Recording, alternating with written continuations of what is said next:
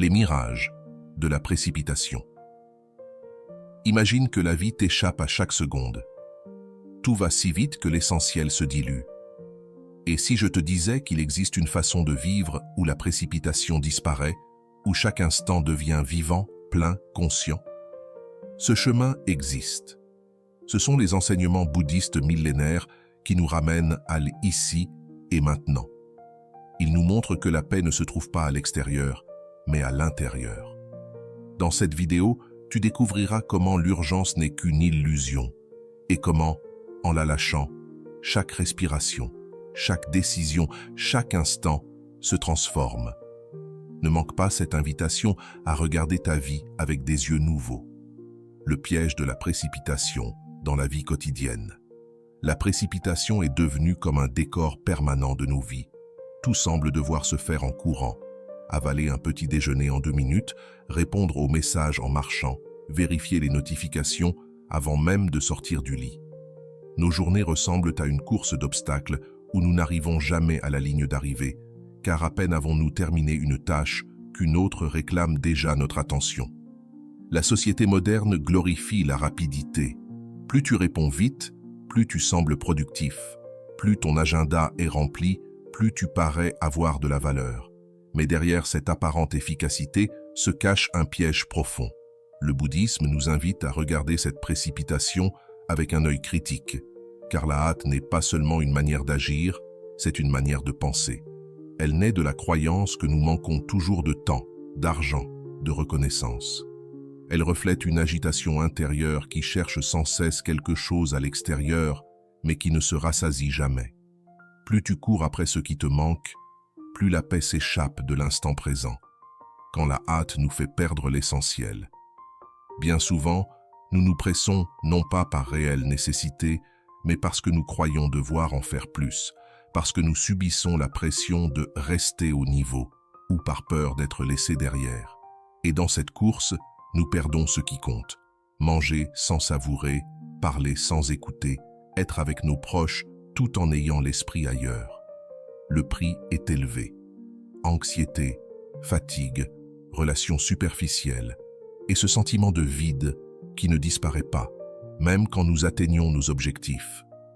Le bouddhisme nous invite à nous arrêter et à nous demander « Qu'est-ce qui me pousse à courir ainsi? D'où vient cette urgence ?» Souvent, nous découvrons que ce n'est pas le monde qui nous l'impose, mais notre propre esprit piégé dans le filet des comparaisons et des attentes. La grande illusion de la course. Nous pensons que la vie est une course, mais il n'y a pas de podium, pas de médaille pour celui qui arrive le premier. La vie n'est qu'un chemin qui se vit pas à pas, souffle après souffle. La précipitation nous donne l'illusion du contrôle. Nous croyons que faire plus en moins de temps nous permettra de dominer notre vie. Mais c'est le contraire qui se produit. Plus nous courons, moins nous nous sentons libres. Un agenda plein devient une prison invisible, où la joie et la sérénité semblent hors d'atteinte. La vraie liberté, rappelle le bouddhisme, ne naît pas du contrôle, mais de la présence. Être pleinement dans ce qui se passe déjà, sans désirer être ailleurs ni plus tard, voilà la clé. Avant d'aller loin, je te serais reconnaissant si tu mets un j'aime à la vidéo, cela m'aiderait à continuer de diffuser cette philosophie. Si tu n'es pas encore abonné, je te recommande de t'abonner et d'activer la cloche pour ne manquer aucune vidéo. Retrouver le rythme naturel. Reconnaître que la précipitation est une construction sociale et mentale ouvre une porte nouvelle, celle de retrouver le rythme naturel de la vie. Un rythme semblable au battement du cœur ou au souffle. Ni trop rapide, ni trop lent, juste ce qu'il faut pour nous soutenir. Quand nous cessons de courir et que nous nous accordons à ce compas naturel, les choses ne disparaissent pas. Au contraire, elles deviennent plus claires, plus simples, plus appréciables. Le pas le plus précieux est peut-être de réaliser que nous n'avons pas besoin d'atteindre une destination pour être en paix. La paix n'est pas dans l'arrivée, elle est dans le chemin. Comment la précipitation alimente l'insatisfaction. La précipitation ne nous vole pas seulement la sérénité, elle nous entraîne aussi dans une insatisfaction permanente. Nous croyons que si nous faisons plus, si nous allons plus vite, nous finirons par trouver le repos. Mais cette promesse n'est jamais tenue. À peine une tâche terminée, une autre surgit. C'est comme boire de l'eau salée. Plus on en boit, plus la soif grandit. Le bouddhisme nous met en garde contre cette illusion dangereuse, croire que le bonheur dépend de ce qui nous manque encore. La hâte nous projette toujours vers un futur qui n'existe pas encore. Résultat, nous vivons piégés dans des attentes sans fin. La comparaison et le sentiment d'insuffisance. La hâte s'accompagne souvent de la comparaison.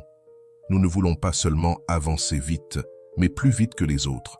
Les réseaux sociaux amplifient ce poison en nous bombardant d'images de vie parfaite, de réussite, de voyage, de plaisir. Alors nous accélérons pour être à la hauteur, mais ce que nous récoltons, c'est l'insuffisance. Le chemin bouddhiste propose une alternative radicale. Comprendre que la satisfaction véritable ne vient pas d'accumuler plus, ni de courir plus vite, mais d'être présent à ce qui est déjà là. Un simple morceau de pain savouré en pleine conscience peut donner plus de joie qu'un festin englouti dans la hâte. Écouter calmement un être cher peut offrir plus de bonheur que 100 messages envoyés distraitement. La précipitation vide même nos plus grandes réussites, car nous les traversons sans jamais les goûter. La leçon finale. La vie vécue sans pause ressemble à un film en avance rapide. Les images défilent, mais elles ne se comprennent pas, elles ne s'apprécient pas, elles ne s'impriment pas en mémoire. Le message est simple. Si nous voulons éteindre l'insatisfaction, nous devons lâcher la précipitation. Nous devons arrêter de vivre comme si tout était une course vers un lieu qui n'existe pas. La vie retrouve alors son goût. Le vide intérieur commence à se remplir de la simplicité du quotidien. Car la paix ne se trouve pas dans demain, mais dans l'instant présent. Imagine que tout ce qui se présente devant toi doit être résolu immédiatement. Pourtant, bien souvent, ce n'est pas vrai. Notre esprit exagère l'importance des problèmes et les transforme en géants, alors qu'ils ne sont en réalité que de simples détails gérables. Ce mirage crée du stress, car nous croyons être entourés d'incendies qu'il faudrait éteindre les uns après les autres, sans réaliser que beaucoup d'entre eux ne sont que des feux imaginaires. Dans la vie quotidienne, cela apparaît clairement. Si nous recevons un message et que nous ne répondons pas aussitôt, nous pensons échouer. Si les courriels s'accumulent, nous croyons que tout est une priorité absolue. Si le téléphone sonne, alors que nous sommes occupés à une autre tâche, nous laissons tout tomber pour répondre. La précipitation nous pousse à réagir sans réfléchir, prisonniers d'une sensation d'obligation permanente. Pourtant, si nous regardons avec calme, nous verrons que presque rien n'exige l'urgence que nous croyons. Ce qui nous pousse n'est pas une nécessité réelle, mais l'illusion créée par une pensée agitée. La hâte nous conduit aussi à vivre en pilote automatique. Nous faisons les choses sans en avoir conscience, simplement emportés par l'inertie. Nous passons d'un endroit à un autre sans nous souvenir du chemin parcouru. Nous mangeons sans savourer, travaillons sans concentration, parlons sans écouter. C'est comme si notre esprit vivait ailleurs, toujours en avance, sur ce qui n'est pas encore arrivé. Ce mode de vie crée un vide intérieur. Nous faisons beaucoup, mais avons l'impression de n'avoir rien vécu. Le bouddhisme compare l'esprit à un lac. Lorsque le vent agite ses eaux, il ne reflète rien avec clarté. Mais quand il se calme, il devient un miroir parfait qui révèle la réalité telle qu'elle est. La précipitation est ce vent qui trouble la surface de notre esprit. Elle déforme, fragmente, accélère. Nous croyons comprendre la situation, mais nous ne voyons en réalité que des morceaux désordonnés. Ce mirage nous pousse à confondre mouvement et progrès. Quand l'agenda est plein, quand les jours défilent vite, nous croyons avancer. Mais si nous regardons en profondeur, nous découvrons parfois que nous ne faisons que tourner en rond. L'esprit pressé nous convainc que l'important est de ne jamais s'arrêter, alors que la vraie sagesse est parfois de s'arrêter pour se demander si nous allons dans la bonne direction. Sans cette pause, nous risquons d'aller très loin, mais vers un endroit où nous n'avons jamais voulu arriver. La hâte déforme aussi nos relations.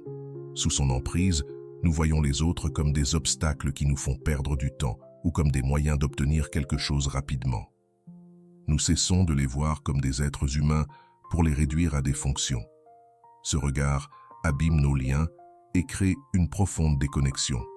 Le mirage nous fait croire qu'en allant plus vite, nous gagnons du temps, alors qu'en vérité nous perdons la qualité de nos relations. La solution n'est pas d'accélérer encore plus, mais de former notre esprit à s'arrêter et à observer. Lorsque nous nous arrêtons, respirons et regardons sans précipitation, la réalité apparaît autrement. Ce qui semblait un énorme problème se réduit à un détail. Ce qui paraissait urgent ne l'est plus. Ce que nous tenions pour certain se révèle n'être qu'une projection de notre esprit. La clarté ne surgit pas quand nous courons, elle apparaît quand nous osons ralentir. Reconnaître le mirage de l'esprit pressé est le premier pas pour retrouver la liberté. La hâte nous montre une vie déformée, la tranquillité nous renvoie son vrai reflet. Et dans ce reflet, nous découvrons quelque chose de simple mais profond. La réalité, telle qu'elle est, contient déjà tout ce dont nous avons besoin pour être en paix. Vivre le présent comme antidote. Si la hâte est un mirage qui nous entraîne vers un futur qui n'arrive jamais, alors le présent devient l'unique lieu où nous pouvons nous libérer. L'antidote n'est pas d'accélérer ni de vouloir tout contrôler, mais d'apprendre à vivre pleinement ce qui est devant nous, avec toute notre attention, sans fuir vers ce qui n'existe pas encore. La vie se déroule toujours maintenant. Cela paraît évident, mais la plupart du temps, nous ne la vivons pas ainsi. Notre esprit court vers ce qui vient ou s'accroche à ce qui est passé. Nous sommes physiquement ici, mais mentalement ailleurs. Ce décalage nous rend inquiets. Le bouddhisme rappelle que la racine de la souffrance n'est pas dans ce qui arrive, mais dans notre incapacité à habiter le présent. Quand nous l'apprenons, le poids de la précipitation se dissout. Vivre le présent ne veut pas dire se désintéresser du futur ou de nos responsabilités. Cela signifie être totalement présent à chaque instant, accomplissant ce qui doit être fait sans porter le fardeau de demain ni l'ombre d'hier.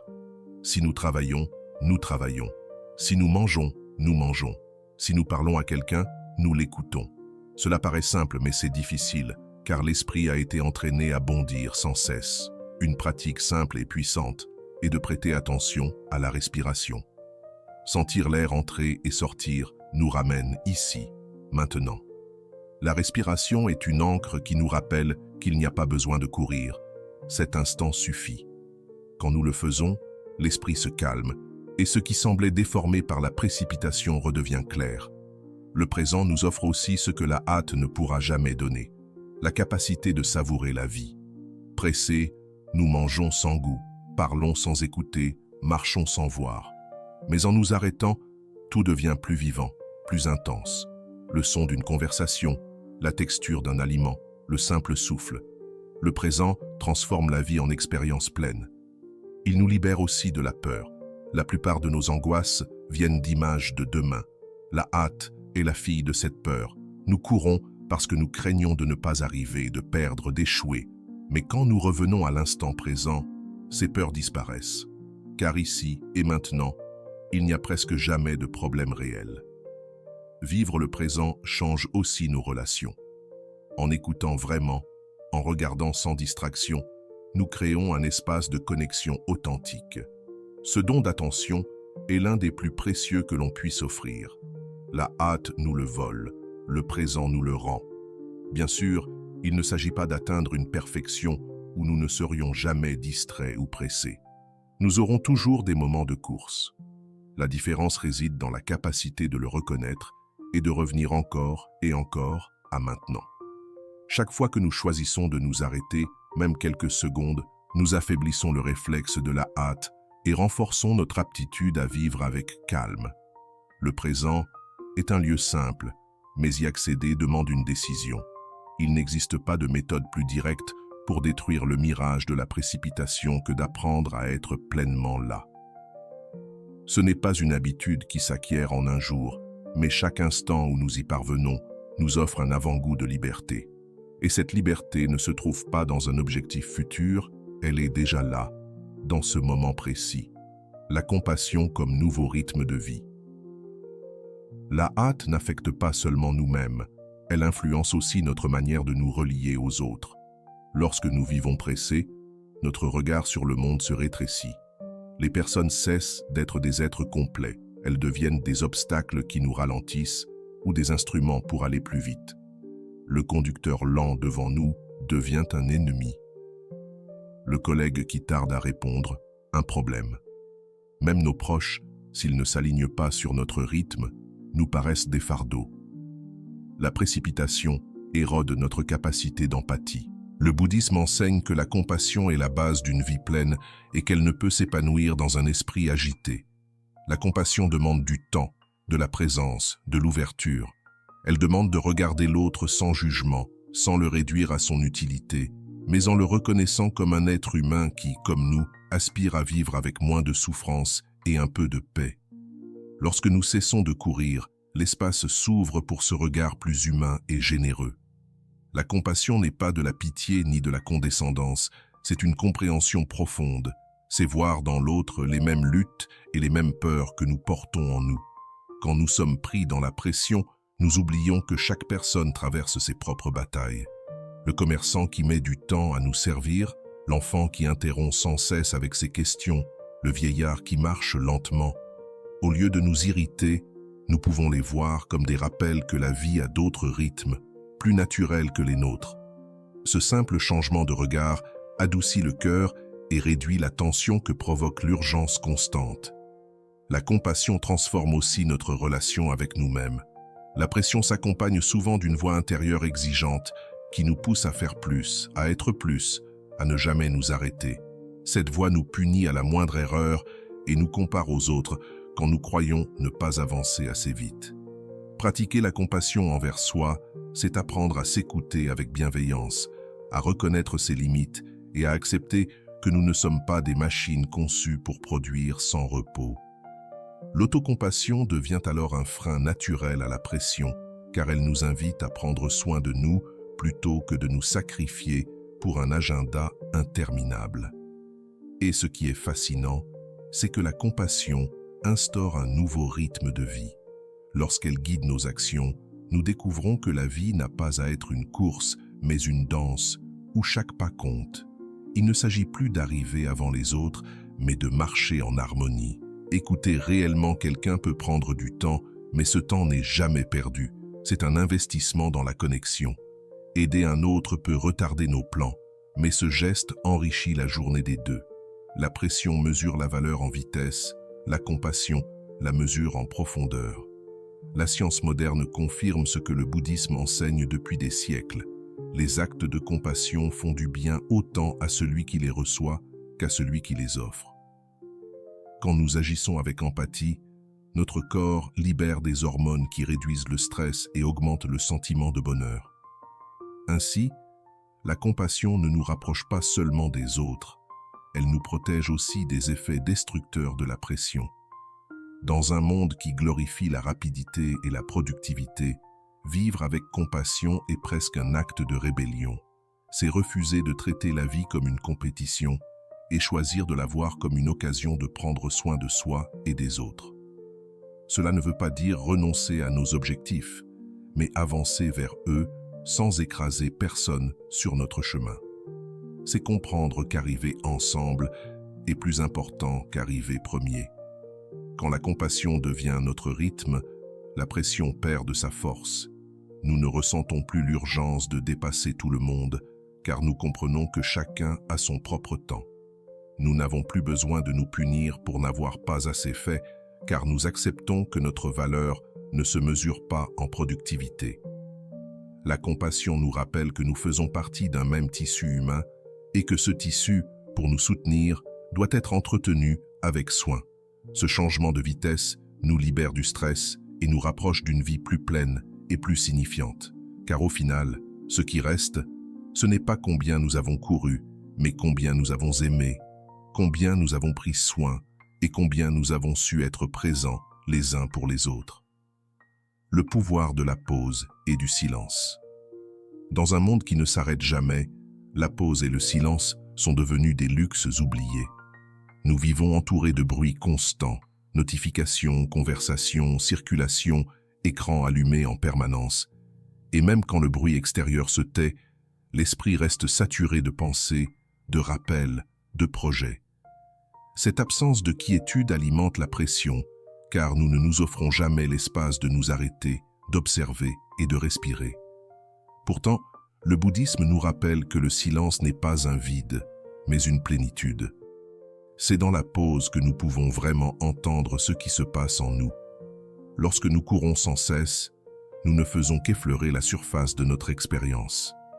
Nous restons distraits, occupés, divertis, mais déconnectés. En revanche, lorsque nous faisons halte, lorsque nous nous laissons envelopper par le silence, nous découvrons un espace de clarté. Là, les choses deviennent plus nettes, les vérités se révèlent. La pause est un acte de résistance contre la culture de l'urgence. Elle nous enseigne que tout ne doit pas être résolu immédiatement. Combien de fois avons-nous cru à un problème insoluble pour voir surgir une solution après avoir pris du recul? La pression nous aveugle, le silence ouvre les fenêtres. Dans la vie quotidienne, pratiquer la pause peut être aussi simple que d'éteindre son téléphone quelques minutes, de s'asseoir pour observer sa respiration ou de marcher lentement en prêtant attention au monde qui nous entoure. Pas besoin de grandes retraites, il suffit de créer de petits oasis de calme dans la routine. Ces instants nous rendent à nous-mêmes et nous rappellent que nous ne sommes pas esclaves de la vitesse. Le silence transforme aussi nos relations. En cessant de remplir chaque espace par des mots, nous laissons place à une écoute plus profonde. Souvent, le plus guérissant n'est pas ce que nous disons, mais l'espace que nous offrons à l'autre pour qu'il s'exprime. Une pause dans la conversation permet aux émotions de se poser, aux mots de naître plus sincèrement. La pression nous pousse à répondre mécaniquement. Le silence, lui, nous permet de répondre avec calme. Enfin, la pause nous reconnecte à la nature. La vie naturelle ne court pas. Les arbres grandissent à leur rythme, l'eau s'écoule sans hâte, les saisons se succèdent sans forcer. Quand nous acceptons de ralentir, nous nous souvenons que l'existence a son propre tempo. Bien sûr, le silence peut sembler inconfortable au début. Ceux qui vivent dans la pression se sentent perdus quand il n'y a rien à faire. Mais cette gêne est précisément le signe que nous en avons besoin, car sous le bruit se cachent des émotions que nous fuyons.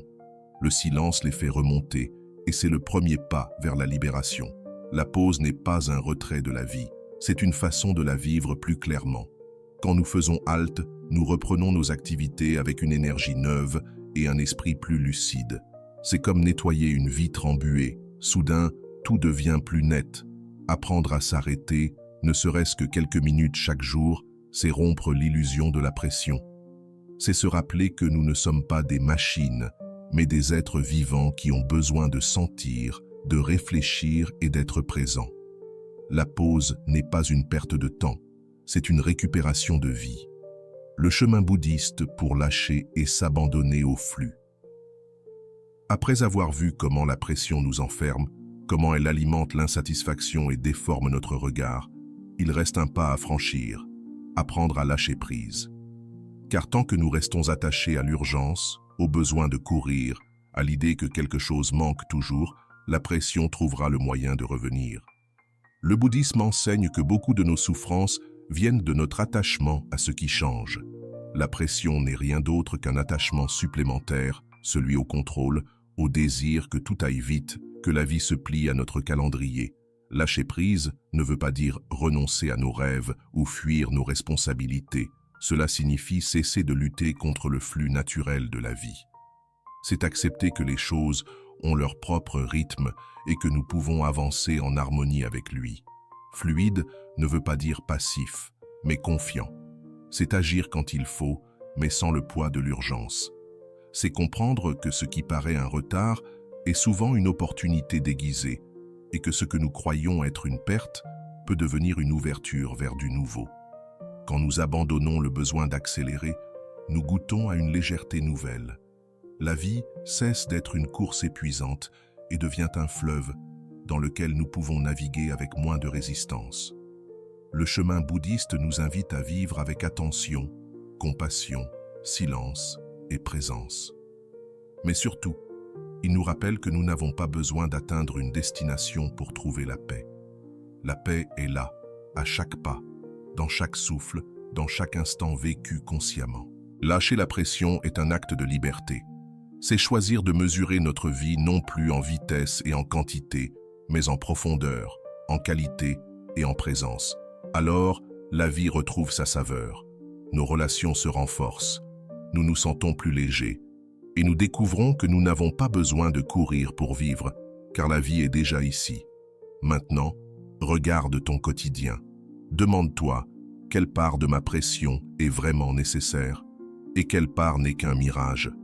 Ose relâcher un peu. Offre de la place à la pause, au silence, au présent. Et observe comment ta vie se transforme. Si ce message a résonné en toi, partage-le avec quelqu'un qui en aurait besoin. Une simple réflexion peut parfois semer une graine qui change une vie. Et écris-moi en commentaire, quelle est ta relation avec la pression? Quels obstacles rencontres-tu? Quelle petite victoire as-tu déjà obtenue? Ton expérience peut en inspirer beaucoup d'autres. Merci d'avoir pris ce temps pour réfléchir. Souviens-toi, il n'est pas nécessaire de courir pour vivre. Il suffit de respirer, de lâcher prise et d'être présent.